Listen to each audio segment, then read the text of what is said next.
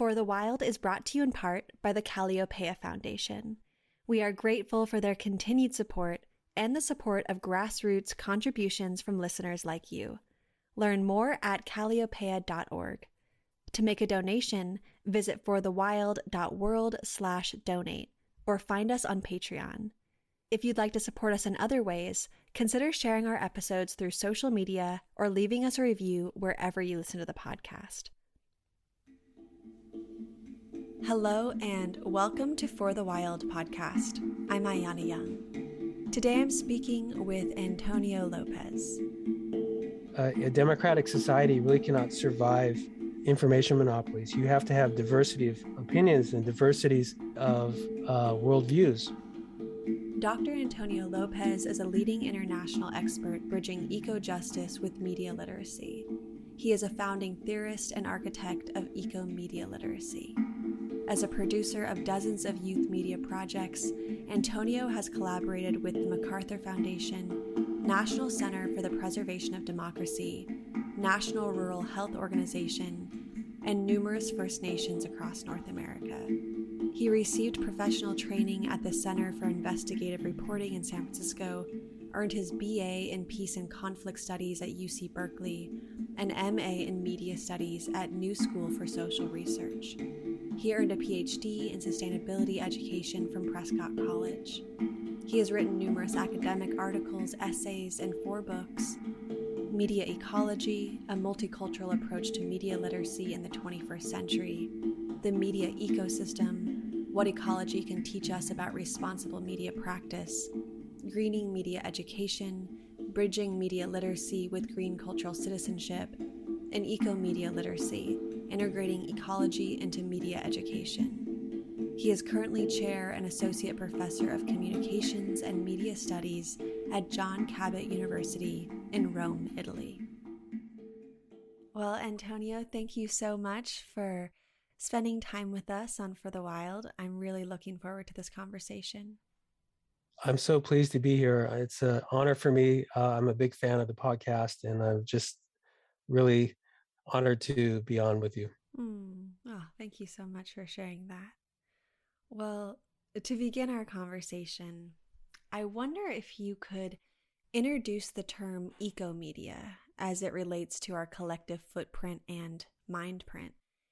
And I think our listeners will be more familiar with the environmental impacts of physical technology like cell phones and laptops, but less so with the connections between media making and resource extraction. So I'd love if you could elaborate on how ICT, or the information and communications technology, and digital information in particular, has transformed Earth. I'd like to start with a little context, because I think one of the problems that I've encountered over the years is that people don't associate media with the environment. And I think there's some historical reasons for that. Part of it is the legacy of modernity, which views ideas and thoughts as separate from the body. And I think there's a cultural tendency to think of media as somehow in the realm of thoughts and ideas, that they don't have a physicality. So the term ecomedia is a way of reframing how we think about media and to put it into an environmental context. The term is something that has emerged out of some different academic fields, but over the past 10 years, there's been a coalescence around this concept of ecomedia studies, and there's other areas of inquiry related to that, like ecocinema studies, environmental communication, and so on. So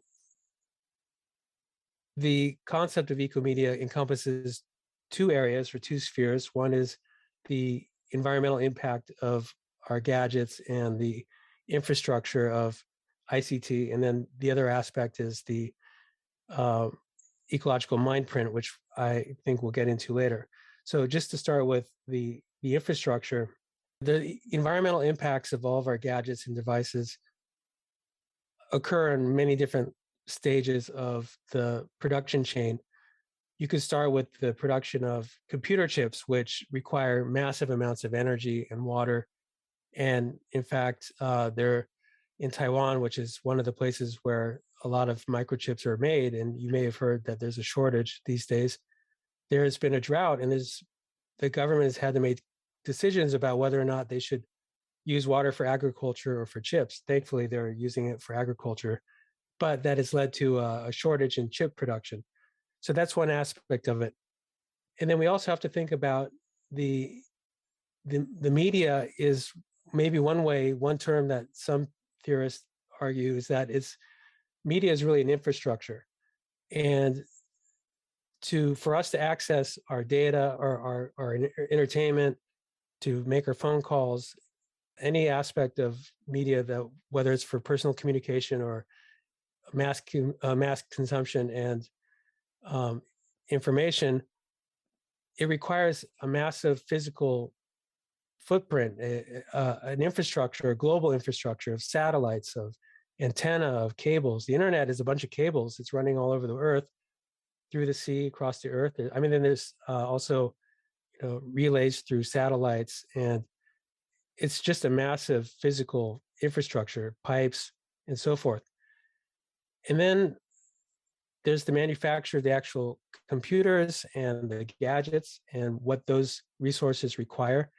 And like the entire system that most listeners are probably familiar with, the global capitalist system, it's embedded in a system of extraction and a system of disposable populations. So in other words, a lot of the resources that we need for our media, whether it's energy to extract fossil fuels for the energy to run our system, or if it's for mining, like such as conflict minerals in Central Africa, that system is justified through a general position of disposable populations. In other words, that most of the places where the extraction occurs in low-income regions of the world, in parts of the world where people don't have political or economic representation. So racism is part of the way that the system is structured. So we have the extraction of conflict minerals, let's say in Central Africa, for our devices, and then those have to be transported and processed and to countries where our gadgets are assembled. It could be in China or Mexico or Philippines, and TVs and phones are made in different places. And then once they're manufactured, they have to be shipped all over the world. And that also has a big environmental impact. And as most people know, our devices they don't last forever. So at some point when our devices are no longer working or useful, they have to be thrown away, recycled. And if they are recycled, they are sent to countries to be further processed by low-income populations, such as places in Ghana or India or China or Bangladesh, where people work in very incredibly toxic conditions to extract whatever precious metals are still there in the circuit boards of our old computers or phones. So that generally describes the overall environmental impact of the way our devices are manufactured. But there's one other aspect which people don't really realize, which is the misleading metaphor of the data cloud, because data is not like vapor in the air. It's not invisible. It's not just floating around. Data is actually physical. Information has a weight to it. Information exists on computers, and the server farms that we use to store, process the information that we need to access for whether it's social media, streaming media, or whatever data that we need on our phones, those are vast. Those computers exist in buildings, and there are thousands and hundreds of them connected through a vast infrastructure around the earth, and they require massive amounts of energy, and mostly they're powered by fossil fuels. In fact, the data cloud uses as much or produces as much CO2 as the aviation industry, and it's predicted that it will increase or even double in the next 20 or 30 years. I think about this a lot, especially even with this podcast and with using technology for quote good, or using technology for some type of climate justice, and the nuanced and contradictions within that. is really important and also challenging to metabolize. And I'm so grateful that you brought up the server farms because, yeah, I mean, all this cloud, the terminology of cloud, it does almost represent this vapor idea that it's just this weightless information stored in the sky, and it's not in the sky at all. So I'm just moved and challenged and grateful to be speaking to these truths because technology is a part of so many of our lives at this point, and it's a part of a lot of our activist lives. And I'd be remiss to not consider these things while doing this work. And yeah, I would like to ask a bit more about the minerals and the raw materials required for our technology. You spoke to the toxicity, but I would love to even hear more about the toxicity at all stages of extraction, production, distribution, the social ecological impacts, more details on that, due to some of these minerals also being conflict minerals. So could you speak to the most common elements that are essential for upholding the global ICT infrastructure? Yeah, so part of the problem of trying to do this kind of analysis and to be aware of the type of chemicals and minerals, et cetera, that are going into our gadgets is that in some ways you have to be like a chemist to understand it. And thankfully, there are activists and organizations out there that are monitoring and keeping track of some of these things because it's not actually easy to understand. In fact, I'll get to the minerals in a minute, but a lot of us don't know or understand what the impact of our wireless devices are on our physicality. For example, the impact of electromagnetic frequencies. And if you don't know whether or not EMFs cause cancer, well, there's a reason for that. And that's because just like as in the case of the tobacco industry, the chemical industry, and the fossil fuel industry, the industries that are promoting cell phone connectivity have deliberately confused our understanding of the physical impacts of these devices on our bodies. So it's very hard for us to know. And I challenge anyone to open up their phone or read the manual for the phone and try to figure it out because they deliberately make it very difficult to understand. So with that said, though, I would like to talk a little bit about your question, or to respond to your question about the conflict minerals. So the primary minerals that are mined in particular in regions such as Central Africa, they're called rare earth metals, and they're called rare earth metals because they're rare and they're not available in many places around the world. So because they're only available in particular places, the mining of these minerals can produce a lot of conflict because the control of these mines, of course, is important for economic and political power. And I'm sure a lot of people have heard about conflict diamonds, which was popularized in some films and talked about in the media for several years. So the primary conflict minerals are tin, and tin is used to solder chips and wires. Tungsten, which is what helps our phones vibrate. Tantalum, which stores electricity and charges our phones. And then gold, which coats the wires. And then I want to add to that another very important mineral, which increasingly is going to become in high demand, is lithium, because lithium is the primary ingredient of batteries for our new electric cars and for solar power storage, and also for the batteries of our devices. And even though lithium is more available and more accessible in many parts of the world, in some of the areas where lithium is mined, they also generate a lot of political turmoil and conflict, such as in Bolivia and Chile, which I think listeners of your podcast will be familiar with.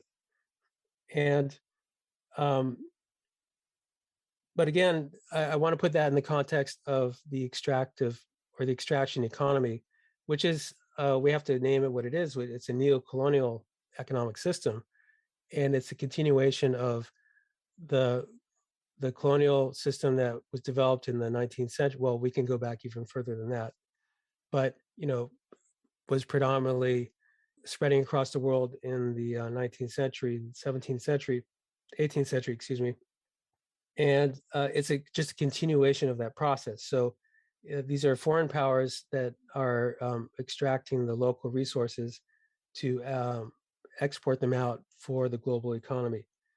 So those minerals are the most important ones, the primary ones. But you can, if you read a bit of the literature, you'll find that in the 1960s, most products that were manufactured had at the most 40 elements. But these days, because of chemistry and because of advancements of engineering and so forth, there's hundreds of elements that are used to make our devices. And some of these we don't even know what happens once they re-enter to the environment, because once we extract these and put them into our gadgets, and of course our gadgets, a phone is typically has three main ingredients. It has metals, glass, and plastic. And plastic is a petrochemical product. All of these things, once they re-enter the environment, have a toxic impact, whether it's when they melt down circuit boards to re-extract the metal. In the case of e-waste recycling, you should see images of people or videos of people doing this. They're standing over open fires, and they're just melting down these circuit boards, and there's these black fumes coming off, and they're not wearing any kind of protective gear. They're breathing all these fumes just to melt down for a few precious ounces of metal. And these chemicals also re-enter into the water supply.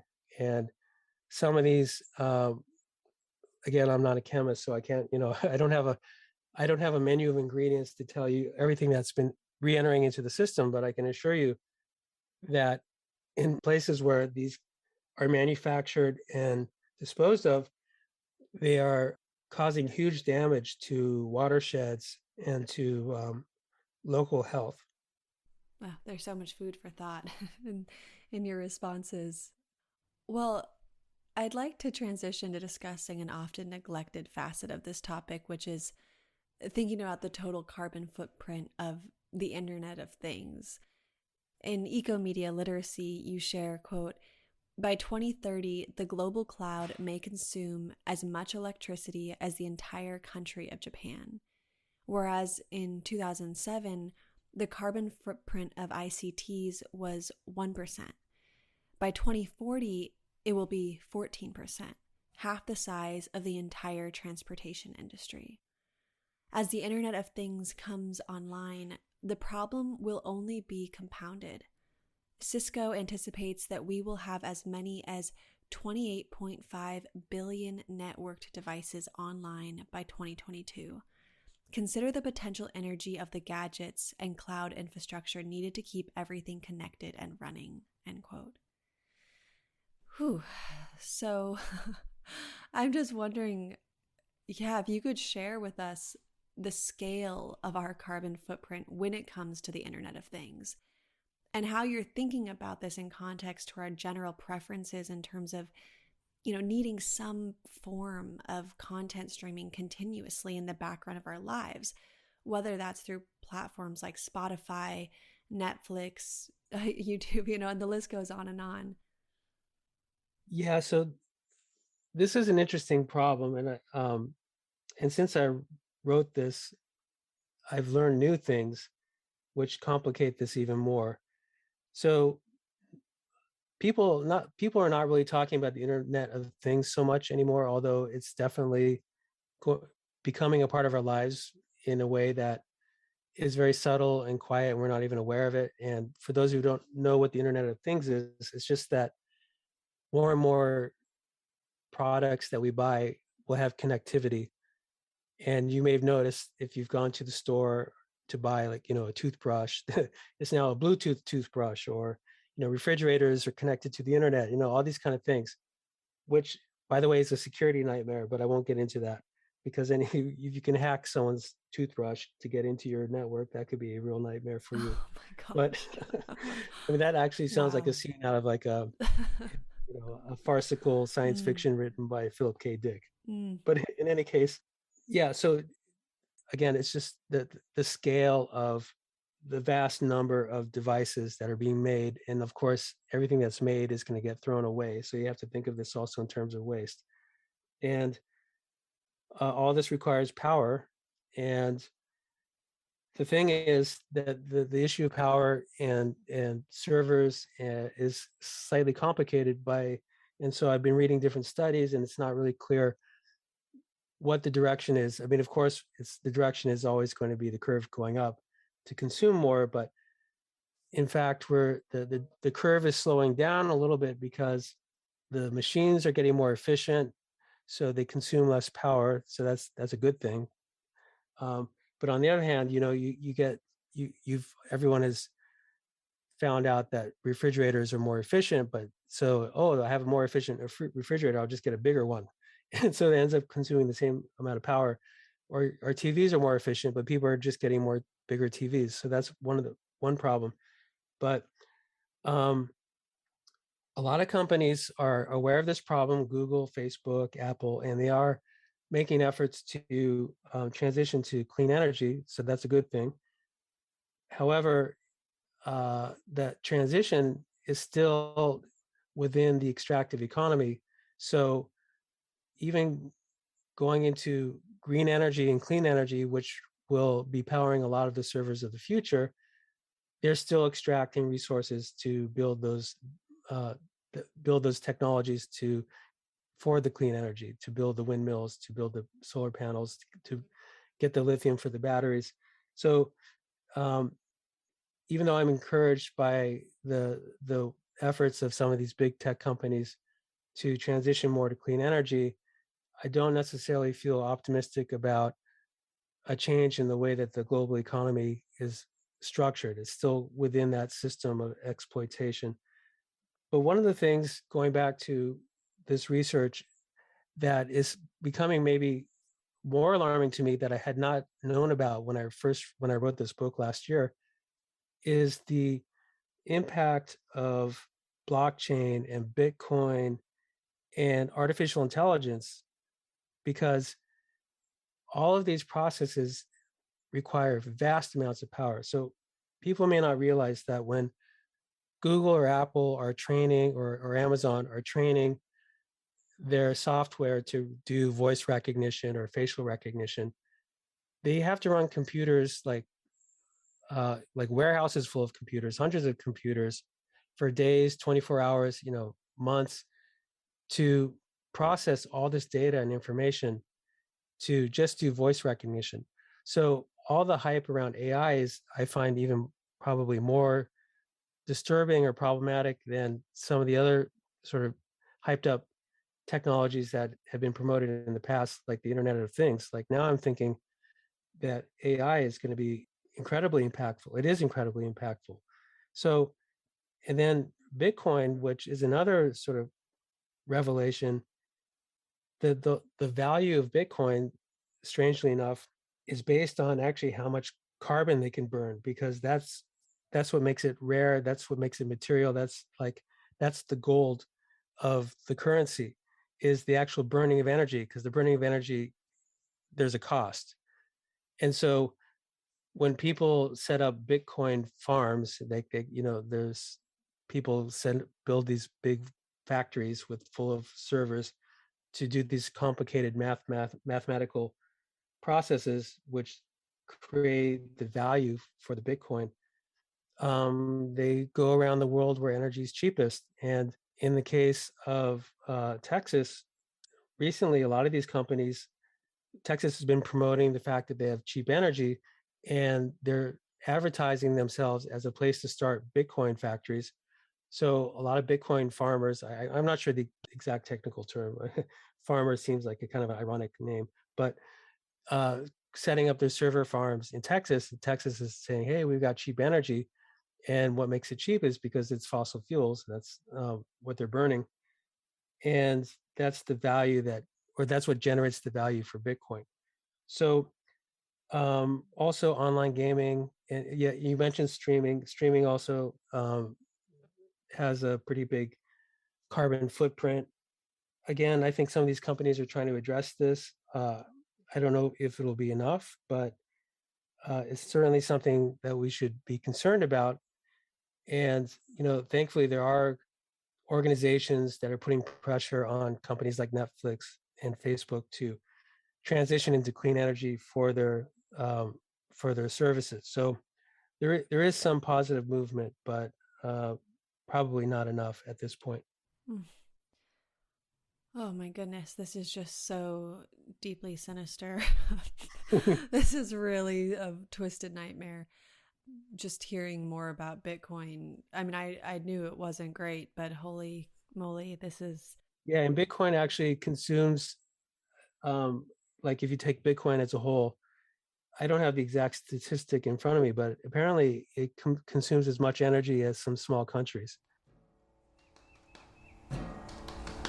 There's nothing I can change in the world.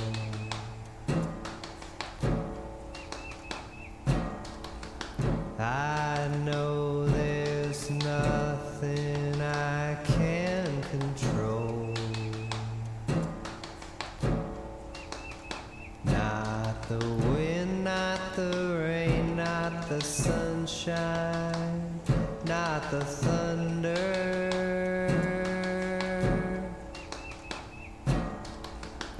There's only one thing that belongs to me. So I go inside of my mind, that's where I wanna be. I'm looking for peace of mind, it's gonna take a long time.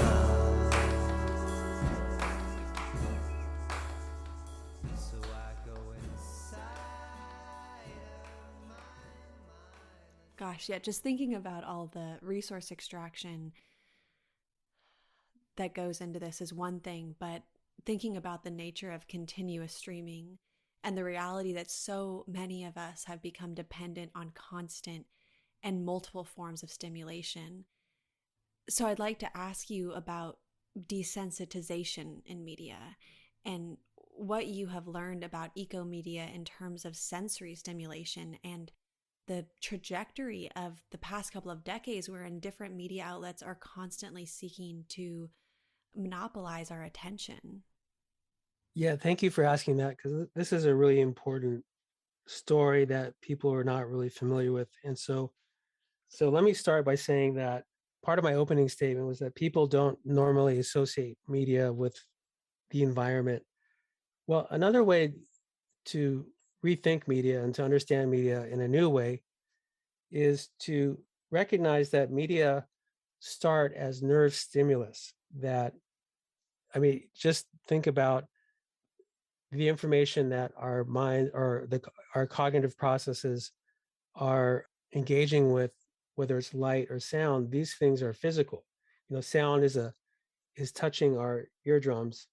And sometimes I like to joke with my students that, well, as I'm talking to you, I'm actually touching you because my sound waves are moving through the air and actually stimulating their eardrums.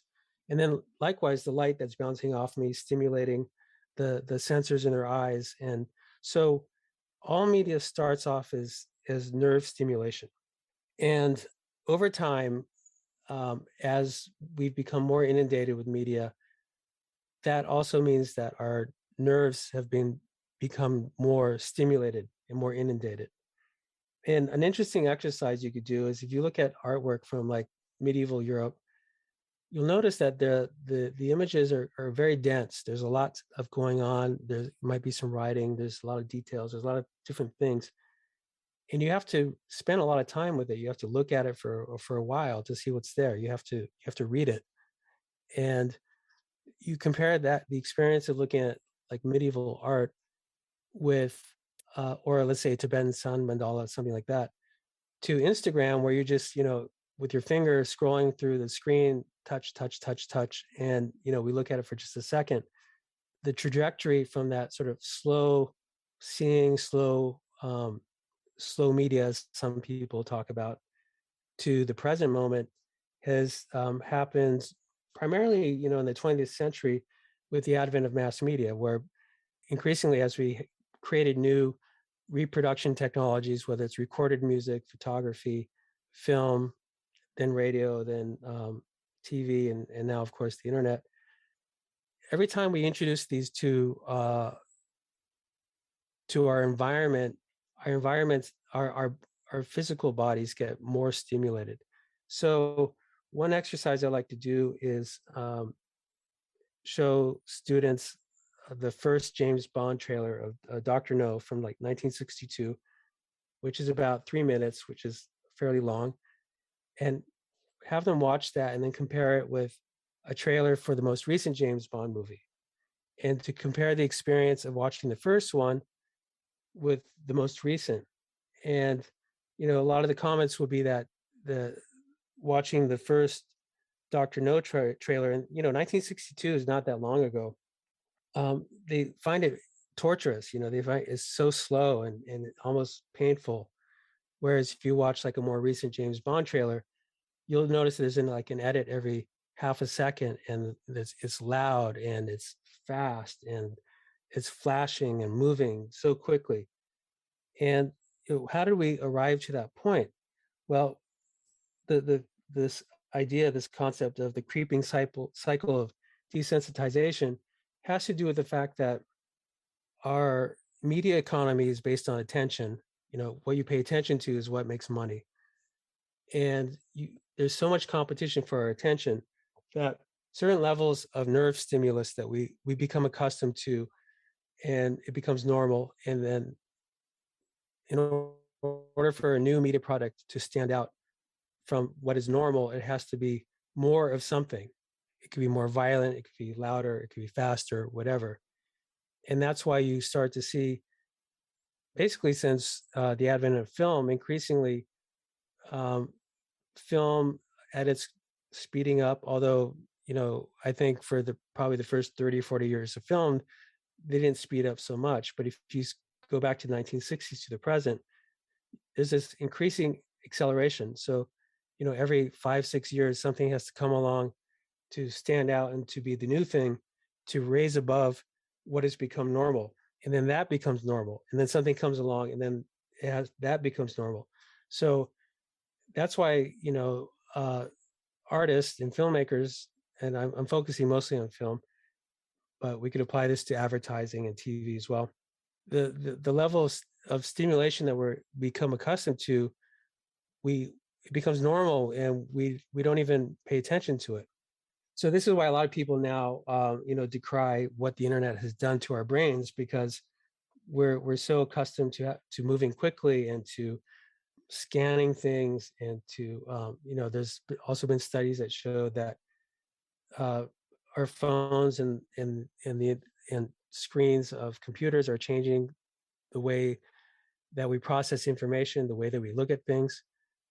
For example, people have a hard time focusing on the eyes when they talk to somebody. I notice this, like I have a hard time focusing on someone because my eyes are being more accustomed to looking at screens, and it's really hard to adjust.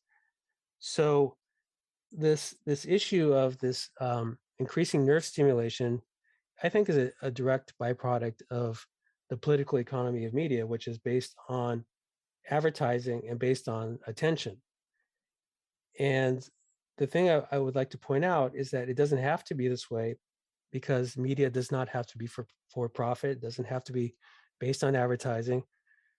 This is a particular model that emerged in the 19th century, basically because it came out of newspapers in New York who were competing against each other, and they realized that if advertising could subsidize the cost of newspaper production, they could sell a newspaper for less, and they therefore could sell more newspapers.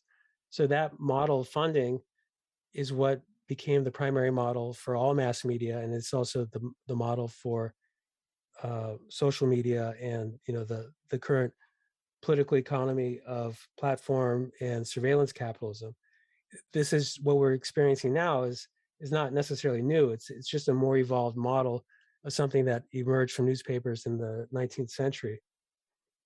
So being aware of this problem then helps us recognize and understand that if we want to change this and we want to address this problem, one thing we have to address is the funding model for media.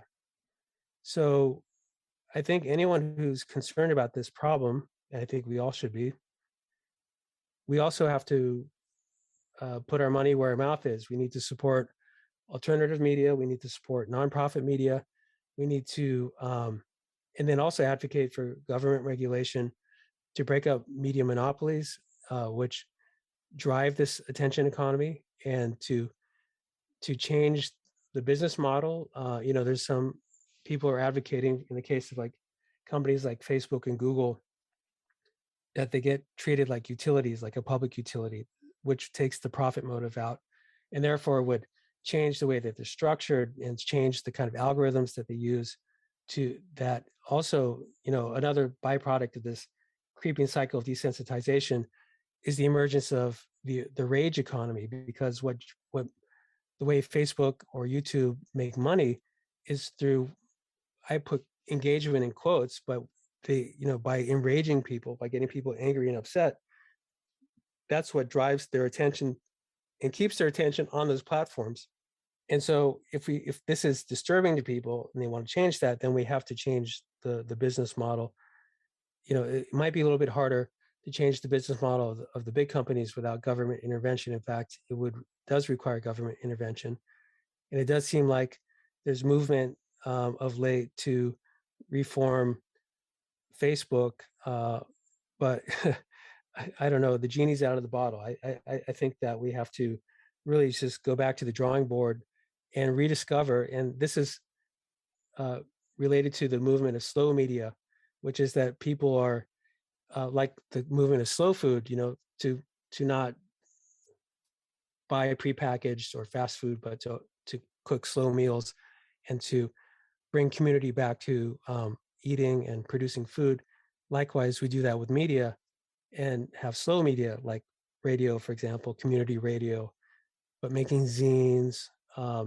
Some people advocate for a return to certain forms of analog media. Like, I don't know if people remember what it's like to play a record, to put on the turntable and to read the record cover and just sit with an album and listen to it for what it is, instead of just being some kind of algorithm generated playlist that the streaming service is producing for us, but actually have to listen to something with intention, or to go to a movie theater and watch a slow movie, and be with it, even though it might feel painful and difficult because we've become so accustomed to speed it up.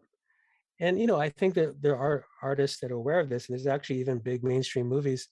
For example, I saw Dune, the recent Dune production, has elements of sort of slow film, slow experience of just absorbing what's going on and not being overwhelmed by technology and explosions and special effects, although it does definitely have those elements. But yeah, so we have to retrain our senses. And of course, this could be also addressed through certain forms of mindfulness and meditation, but being outdoors, going outside. And it takes work, if you have kids and the kids are really accustomed to these kind of like always on presence of gadgets. It becomes an addiction, because you get the like a dopamine rush from, and that's on. I'm sure you're aware of this, that these phones are developed. They're designed like slot machines. I mean, you think you drag your finger down from the top to refresh the screen. That's like a slot machine. That was on purpose. I mean, that was designed exactly using the manuals that were used to design slot machines. So, and they're calibrated to give you just the right amount of stimulation of likes and feedback, so that you keep coming back, that you want some kind of affirmation or some kind of little sugar rush that you get when someone likes something, and it's designed that way. So another thing people can do if this bothers them is, there's all kinds of apps now. I mean, ironically, there's an app for everything. There's an app for mindfulness. There's an app for, um, I mean, there's certain tricks you can do. You can like turn off your notifications. You can delete apps from your phone. You can dumb your phone. I noticed, for example, there's kind of a trend with some young people to just have clamshell phones that have all they do is make phone calls and do text messages. So there are some, like, I think with some younger generations, an awareness of this and a desire to get back to basics. I mean, also, there's been the return of cassette tapes, which I think is funny, but I think cassette tapes also have a big environmental impact. So I don't know if that's any better. Oh, goodness, there's so much in that response, and I'm just yeah, organizing everything that you just shared in my mind, and I do want to go back a moment to the Google, Apple, Facebook, Amazon. Um, uh, Gosh, I don't even know what to call them, but you write in your Google's on. yeah, yeah, Google's on, and you write, quote, the fourth biggest tech companies in the world, Google, Apple, Facebook, and Amazon, are often excluded from what people imagine as media. Consider that Alphabet, owner of Google and YouTube, earns twice as much as Disney, and that Google and Facebook account for 85% of all online ads, a quarter of all worldwide media spending.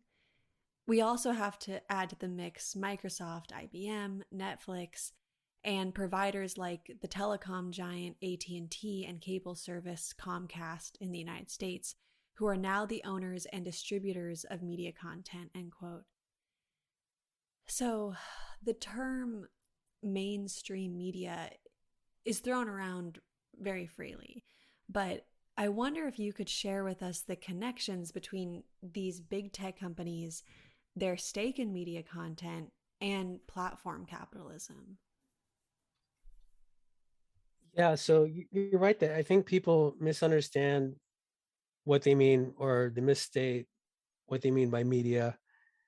It's also could be generational. I think people who grew up in the era of traditional, or what we call now legacy broadcast media, where you had a couple TV networks and a few radio networks and two newspapers and a couple magazines. Certainly, the media landscape has transformed into much more integrated, high-tech conglomeration. Some of these companies resemble the, there's the two different traditional types of monopolies, where you have horizontal monopolies, where you own everything within that particular service, or a vertical monopoly where you own everything from production to distribution. And the media companies these days have a little bit of both. And what is happening is that, again, this is within the larger trends of global capitalism, which is that all industries are conglomerating. So whether you're talking about agribusiness or pharmaceuticals, or oil and gas production, or media, they're all tending towards these sort of large behemoths, these monopolized. And there's a certain logic to that, which is, if I'm speaking here in the case of media, corporate media in particular, basically either you absorb and gobble up the competition, or they do it to you. So it's very much a dog eat dog world. So the trend is continued expansion and monopolization. But what has changed a little bit over the past 20 or 30 years is, it may be that certain newspaper companies would conglomerate, but they would just remain within the newspaper industry, or within radio, the radio conglomerates would expand. For example, you would have national companies that would buy up local radio stations, or you'd have national TV stations buy up local TV networks or TV stations. But what's happening now is that they're all becoming much more integrated, so that a company like AT&T or Comcast, which are the distributors of the internet and of the content, are also buying the content companies, or someone like Apple, which traditionally made devices. Now, they have iTunes, so they sell and distribute music, and they have Apple TV because they're getting into the content business. So it's very hard to distinguish between, are they doing? What do they make? And this is very dangerous, of course, because you don't want to be a democratic society really cannot survive information monopolies. You have to have diversity of opinions and diversities of worldviews. And so, there's different arguments that people make about the benefit or the dangers of monopoly. The benefit, people would argue, is that you get better service and it's more uniform or more powerful than the U.S. government. I mean, they could, if they decided to, they could just block out any information that they don't want you to see. They could cancel politicians. I mean, they could do whatever they want. They're playing. There's a very fine line between playing the game of democracy and subverting it. So, but then Time Warner and Disney, the problem with those companies conglomerating is that they limit the worldviews that are available to people. So this can be impactful, whether it's the news or the kind of media that people are exposed to. I'll just give an example, and this is kind of an old example, but going back to after 9/11, when there was the buildup to invade Iraq and the invasion to Afghanistan had started, I don't recall ever hearing one single Afghani interviewed in corporate media. The only people that got interviewed were generals, and it wasn't an interview on whether or not we should go to war, but how do we execute the war? And these industries are so intertwined that it's really hard to tell the difference between the board members and the stock and the shareholders of the media companies and the agribusiness and the pharmaceuticals.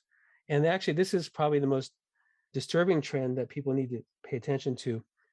What emerged out of modernity was kind of like this monocultural mentality, or what Vandana Shiva calls the monoculture of the mind. And so monoculture agriculture is not much different than monoculture culture industry, like the culture industry, which is a term coined by the Frankfurt School, the German Marxists in the 1930s and 40s who were studying mass media and fascism, talked about the tendency of capitalism to standardize culture, to turn it into a product, to make it packageable and sellable, and to sort of reduce everything to like a formula. So naturally, this business mentality is applied to both culture, but food and science and medicine. It crosses all industries. So there's kind of an interesting convergence that's happening between companies that have data, their currencies data, like Facebook, the data of people and personal habits and behaviors, et cetera, and to integrate that data with agribusiness and the chemical business. And so it's kind of in the background, there's these companies that are being formulated to sort of leverage these relationships of technology and data. And Bill Gates and Microsoft is in particular very much into this. So this is something to keep an eye out for. So we're kind of, and another thing that Vandana Shiva had talked about, that, after physical space has been colonized, now they have to colonize internal space. So a lot of the critics who have talked about surveillance capitalism also talk about surveillance capitalism is also a kind of colonialism, and what they're colonizing is our attention. So, and they have to fracture it into more and more and smaller pieces because our attention is actually limited. It's a limited resource. We can only focus on so many things during the day. And if you fracture that even more, that's how you extract people, that creates value. So the behaviors of all these companies are essentially the same. They just take different forms. Going back to the theme that I think I've been talking about throughout our conversation, is it goes back to the economic model of extraction, of neocolonialism, and also disposable people.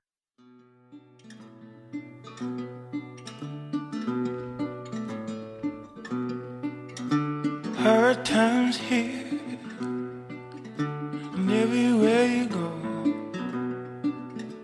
Times is harder than they've ever been before.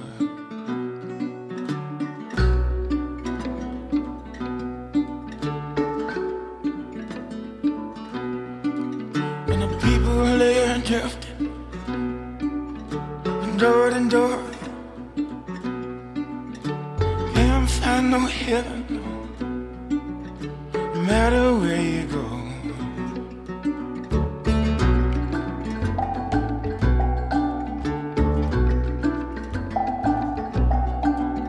If ever I get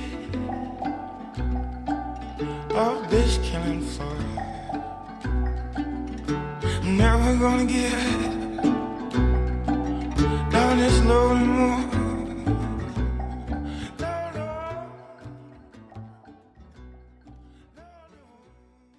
Something you had mentioned a few questions ago was, and now I'm forgetting the terminology, but something about rage or The rage economy. The rage economy.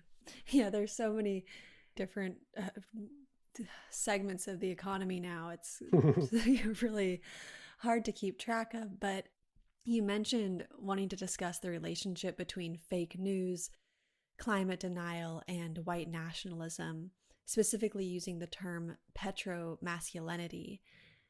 So I would just love if you could take us into this wormhole and share how the fossil fuel industry has wrought havoc on our media in an attempt to sever themselves from accountability. Great question. And this is one of my favorite topics. I mean, when I say favorite, of course, I don't mean it in the sense of it makes me happy, but it's something that interests me greatly. And there's a term I coined, which is fake climate news. And the reason I did that is we didn't talk so much about the kind of work I do, but I'm primarily a media educator. That's my background. And the field of study that I come out of originally is called media literacy. And in the people probably have heard a lot about media literacy in previous years because with the advent of fake news, especially after the 2016 election and the concerns about disinformation and misinformation and people being manipulated in social media, fake news became like a media literacy moment. But in the way that that term has been leveraged and utilized, actually has been done so in a way that benefits the technology companies. I'm going to get to the point about petro-masculinity in a minute, but I'm going to arrive to it a sort of a roundabout way. So one of the trends in media literacy is this idea of responsibilization. This is a term that comes out of neoliberalism. And responsibilization is this idea that whatever problems exist in the world, it's the individuals have to solve them. So if we have this problem of fake news and disinformation, misinformation, it's not the responsibility of the companies, but it's the responsibility of the consumer. It's the responsibility of the user or the audience to discern what is fake or real, or it's the responsibility of the education system to fix it, but it's not the responsibility of the companies. And this is part of the larger trend of neoliberal capitalism, which is to increasingly externalize whatever problems they create to the public, to the government, but also to individuals, and say, this is also related to the idea of the ecological footprint. Calculator was developed by British Petroleum because they wanted to take responsibility away from what they were doing to the environment and put it on the individual. So this is all by way of talking about the way that fake news has been discussed as a social and a health and a cultural problem has been to blame individuals for that. Now, having described and set up this problem of fake news, I want to add the climate twist to it, which is that the fossil fuel industry historically, actually, a lot of people believe that it was that the fossil fuel industry has copied the playbook of the tobacco industry, which is to confuse and to delay public's perception of the health dangers in order to prevent the government from regulating their industries. The chemical industries and the tobacco industries perfected this in the 60s and 70s so that the more they confuse the public about the issue, the less they're able to act on the issues. But actually, they learned all these originally from the fossil fuel industry, which a lot of people don't realize. The public relations industry actually came out of the fossil fuel industry at the turn of the century. So those techniques that were developed by the fossil fuel industry 120 years ago were adapted by the chemical industry and adapted by the tobacco industry, but then got repurposed in the past 20, 30 years.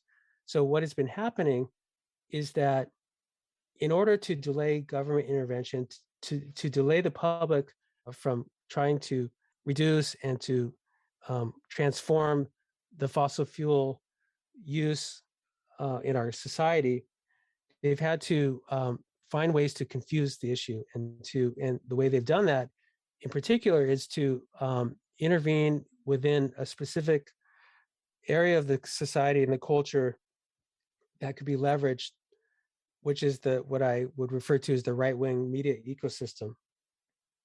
So it's right-wing radio, it's all the various different media platforms, social media platforms that right-wingers use, and not surprisingly, the people who are conservative and lean towards sort of this right-wing ideology also are closely associated with white nationalism.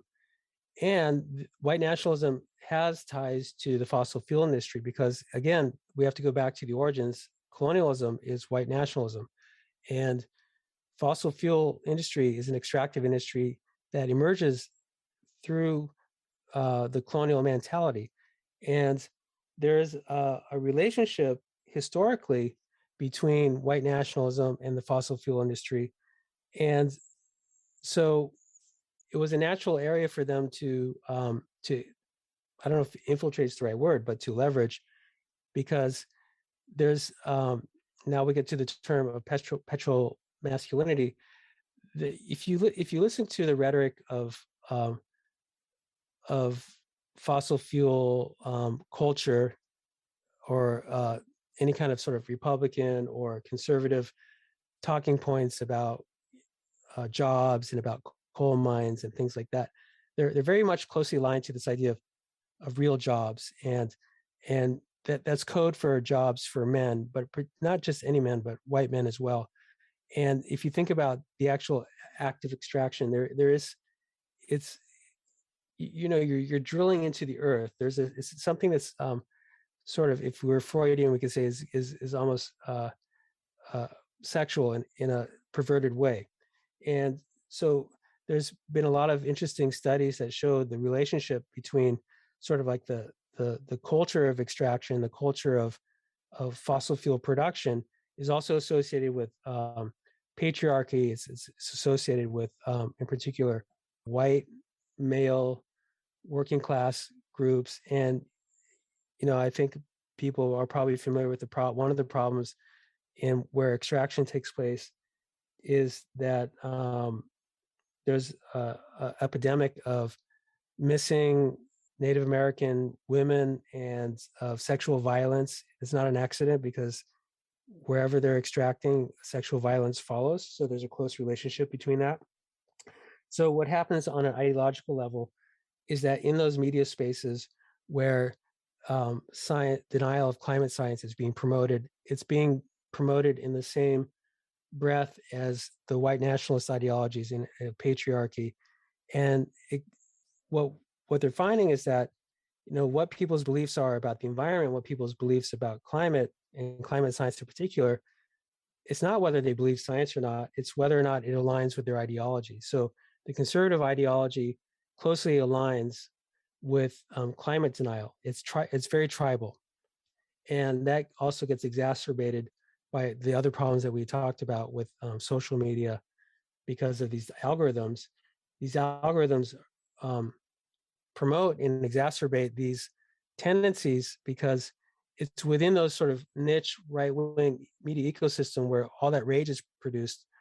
And there are, lots of stories of people getting radicalized because they go on YouTube and they watch some kind of content that makes them kind of angry, and then the algorithm picks up on that and makes suggestions like, okay, now if that was got you engaged, now you should watch this. And what they find is that material that they get exposed to increasingly gets more extreme.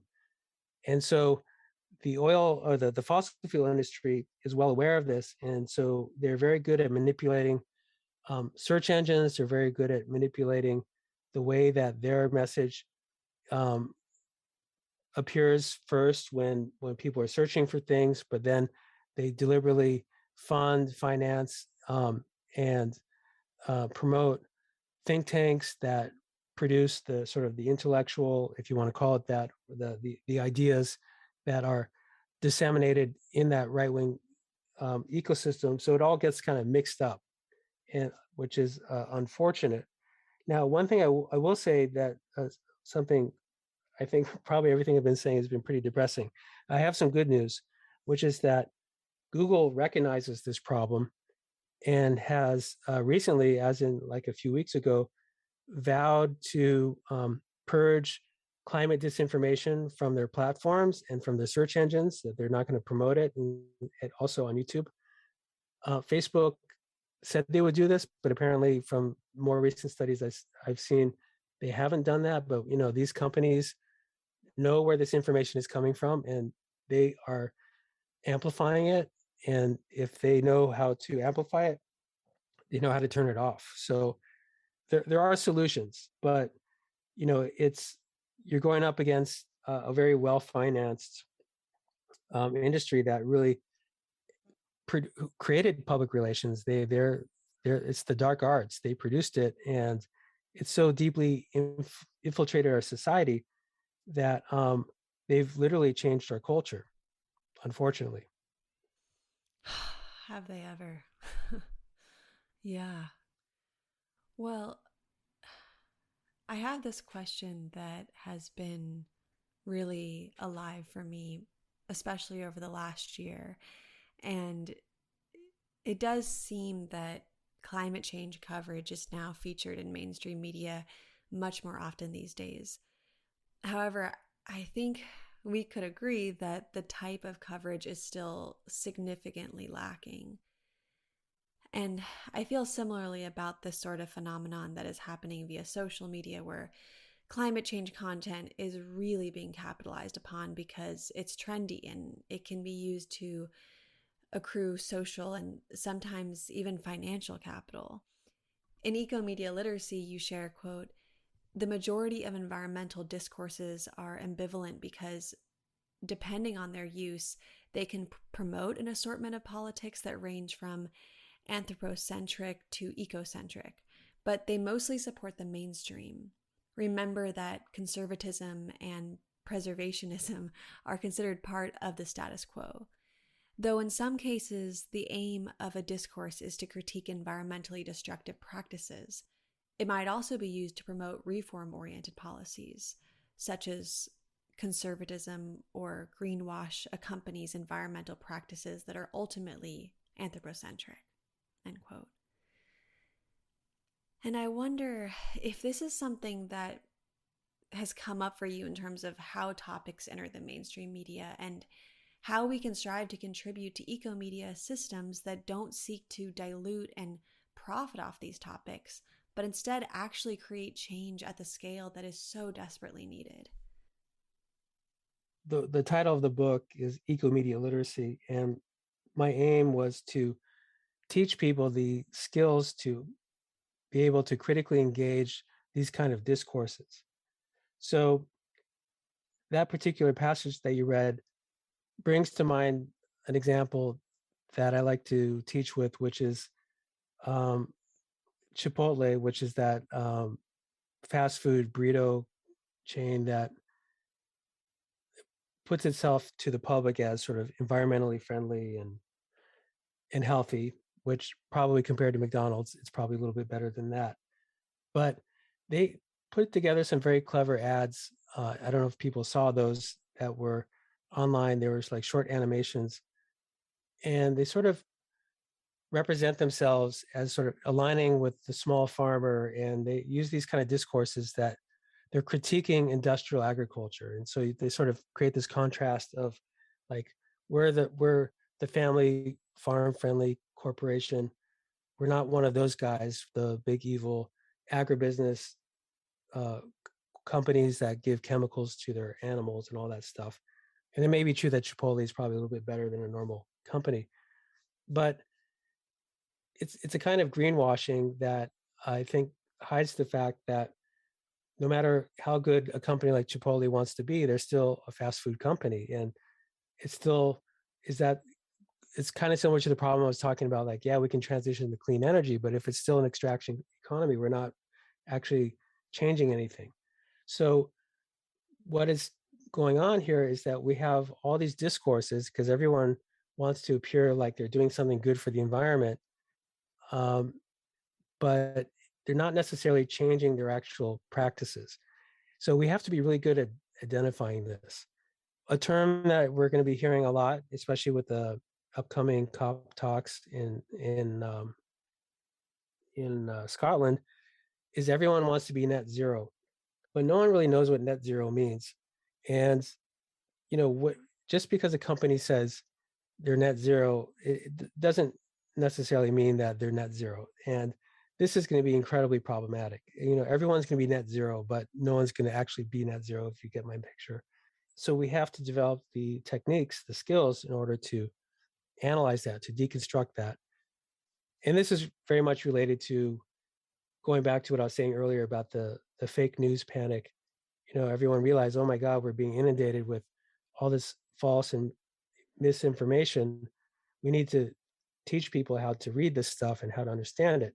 And I definitely value those skills. So I don't want to say that, people shouldn't learn these things.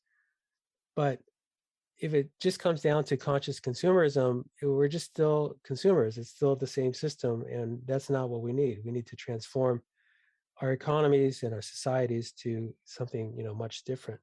So I think we really have to be alert and on our toes with these green discourses. I think we need to train ourselves on how not only to interpret, but also how to communicate in ways that are authentic and that represent real positive change, and to not be co-opted and not use the certain, these kind of rhetoric that corporations are using, and then they just end up absorbing our own critique, which historically is usually the pattern. So we want to try to avoid that.